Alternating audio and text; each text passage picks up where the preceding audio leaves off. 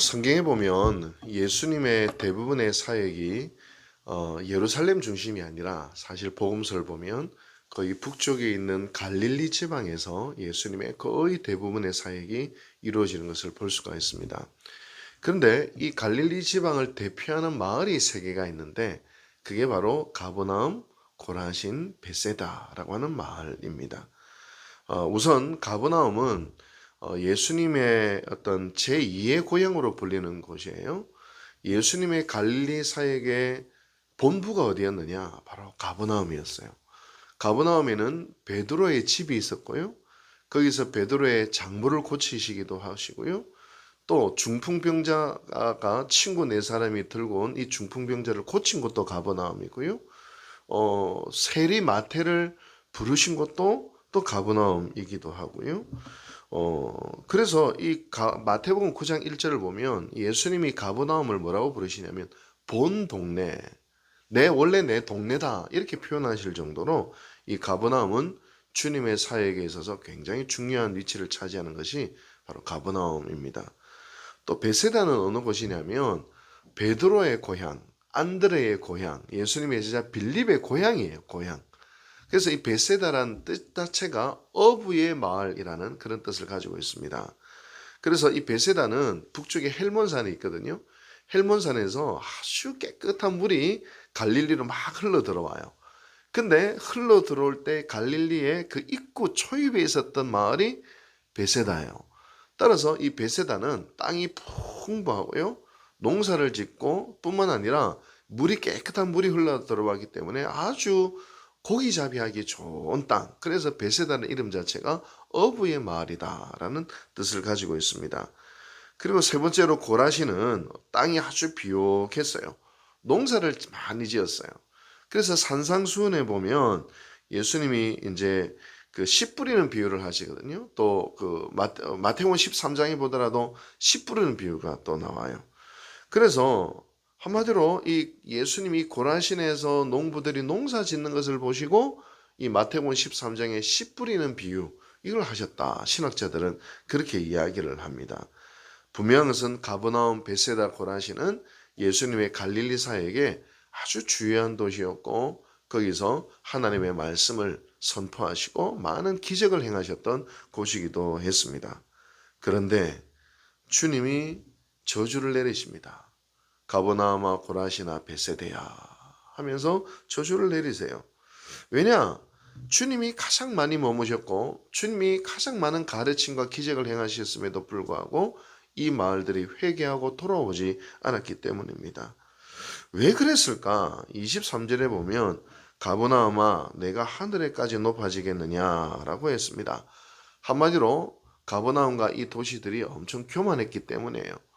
교만한 이유는 딱 두 가지예요. 첫째는 경제적으로 풍성했어요. 사회학자들이 이런 이야기를 하거든요.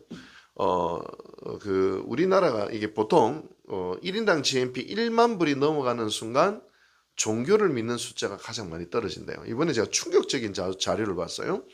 유엔에서 조사한 자료인데 전 세계 OECD 국가들 중에서 가장 무신론자들이 많은 나라가 어느 나라일까?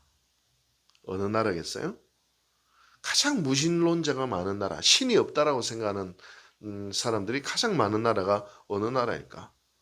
놀랍게도 사우스 코리아, 우리나라라는 거예요. 우리가 불교도 뭐 한 1,000만 명 믿는 것 같고 기독교도 한 800만 믿는 것 같은데 실제로 우리나라 국민들의 심성을 딱 조사해 보니까 신이 없다라고 생각하는 사람들이 거의 절반에 육박하더라. OECD 국가 중에서 무신론자가 제일 많은데요. 여러분 갑작스러운 경제 성장 속에서 물신 문명이 자리하고 사실 그들도 신을 믿어요. 물신을 믿어요. 물신. 돈의 신을 믿는 거죠. 그게 바로 이스라엘은 바알, 아세라가 다 돈신 아닙니까? 여러분 우상 숭배하는 것이죠. 여러분 이 풍요로움 속에서 많은 사람들이 신을 믿지 않고 하나님을 떠난다는 것이 이 사회학자들의 사실은 분석입니다. 우리 한국교회도 쇠퇴하기 시작한 것이 여러 이유가 있겠지만 이 풍요로움 속에서 하나님을 떠나는 일들이 많이 발생을 하게 되는 것이죠. 그리고 또 하나는 뭘까? 또 종교적인 교만도 사실은 있습니다. 종교적인 교만도 있어요. 두로와 시돈을 바라보면서 야, 그 가버나움에 조금 올라가면 두로와 시돈이거든요. 이 두로와 시돈은 이사야 23장과 이 에스겔 28장에 보면 하나님이 저주를 내리시는 도시가 두로와 시돈이에요. 그래서 갈릴리 지방 사람들이 두로와 시돈 보면서 종교적인 교만, 우월감들이 있었던 것 같아요. 물질적인 교만과 종교적인 교만, 이 두 가지가 뭐예요? 그들의 지난 어제 설교로 이야기하면 종교적인 활동 뒤에 숨은 무의식 세계 속에서 비난만 하고 있는 것이죠. 회개는 안 해요. 오히려 회개를 하지 않아요. 근데 주님이 뭐라고 이야기하세요? 두로와 시돈이 차라리 낫겠다. 심판날에 너희를 향한 하나님의 심판이 훨씬 더 고통스러우리라. 주님이 그렇게 말씀하고 있는 것입니다. 제가 목회를 해보면 여러분 도덕적인 죄가 있고 종교적인 죄가 있어요. 도덕적인 죄는 뭐 물건 훔치고 나쁜 짓 하고 뭐 이게 도덕적인 죄겠지만 종교적인 죄는 교만이에요. 자아가 살아있는 거예요. 근데 주님이 보실 때 오히려 종교적인 죄가 훨씬 무서워요. 왠지 아세요? 도덕적인 죄는 회개라도 하니까. 회개라도 하니까 도덕적인 죄. 아이고 내가 물건 훔쳤구나, 음란했구나, 내가 다른 사람에게 또 나쁜 짓을 했구나 회개할 줄 아는데 종교적인 죄는 회개가 불가능하다는 거예요. 내가 옳다라고 생각하니까. 내가 믿는 방식이 옳다. 그 교만 때문에 회개가 안 된다는 거예요. 그래서 신학자들은 도덕적인 죄보다 우리는 도덕적인 죄 지은 사람을 비난합니다. 동성애자들을 비난하고요. 물론 동성애가 죄죠. 절대로 하면 안 되죠. 근데 동성애자를 비난하고 막 죄 지은 사람을 비난하지만 그러나 주님이 바라보실 때 오히려 그들은 회개하지만 회개할 가능성이 있지만 그러나 종교적인 죄는 회개가 불가능하다. 내가 옳다라고 일단 생각하기 때문에 그래서 문제다. 그렇게 이야기를 하는 것입니다.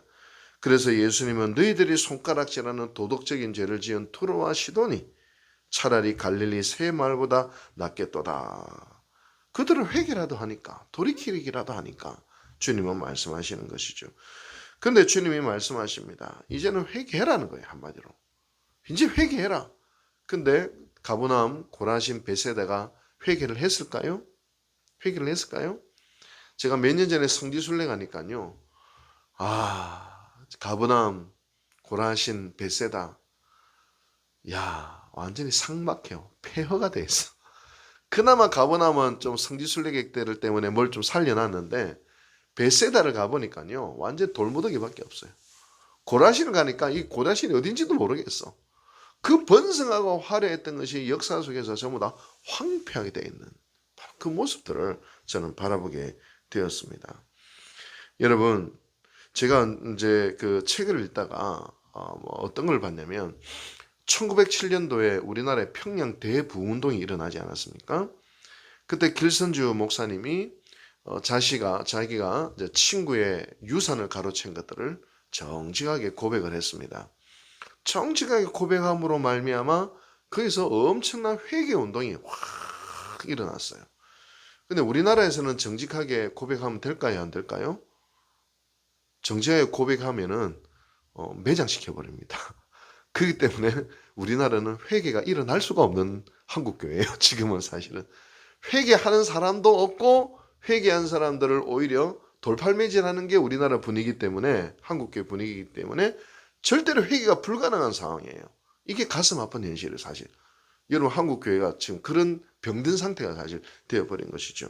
다행스럽게도 길선주 목사님이 회개했을 때 목사가 어떻게 친구의 유산을 가로챌 수 있어?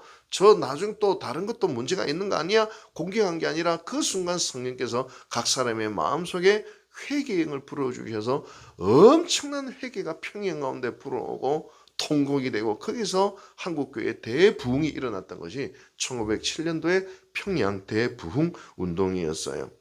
그런데 윌리엄 브레이크라고 하는 선교사가 있는데 이분이 그 책을 쓰면서 안타까운 사실 하나를 기록하고 있어요. 엄청난 부흥이 일어났을 때 그 현장에서 회개를 거부하는 사람들이 있었다는 거예요. 일부 사람들이. 회개를 하려고 하지만 용기가 없어서 회개를 하려고 하는데 차마 이 죄를 계속 저지르고 싶은 인간의 욕망들이 있어서 회개를 거부했던 일단의 사람들이 있었다는 거예요. 근데 나중에 어떻게 되는지 아세요? 회개해야 할 때 회개하지 않으니 더 무서운 타락자가 되고 더 악한 삶을 사는 사람으로 전락해버리더라라는 것입니다.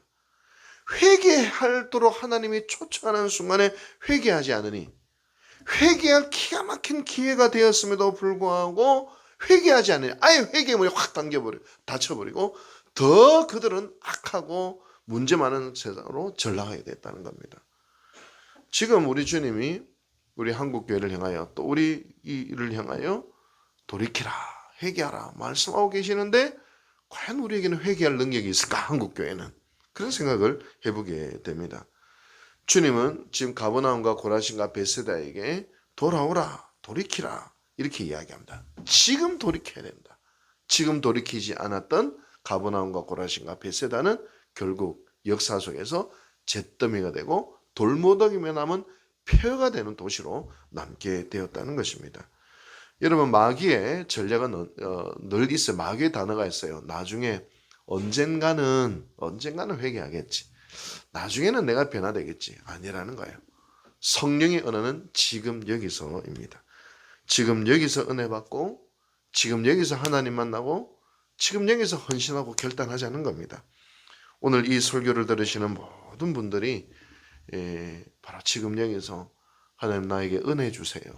지금 여기서 하나님 내 안에 가르쳐 주세요.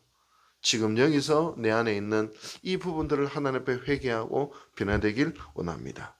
지금 여기서 돌아오라는 주님의 음성이 바로 우리를 향한 음성임을 기억함으로 오늘도 변화의 자리, 결단의 자리로 나아가시는 유옥절교의 모든 성도들 되시기를 주님의 이름으로 축복합니다. 기도하겠습니다. 자비하신 하나님 아버지, 지금 여기서 돌아오라는 가버나움과 고라신과 베세다의 메시지가 오늘 우리를 향한 메시지임을 압니다.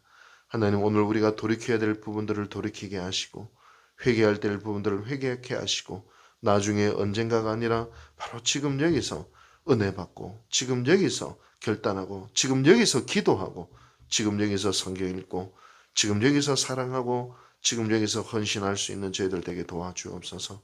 예수님의 이름으로 기도하옵나이다. 아멘.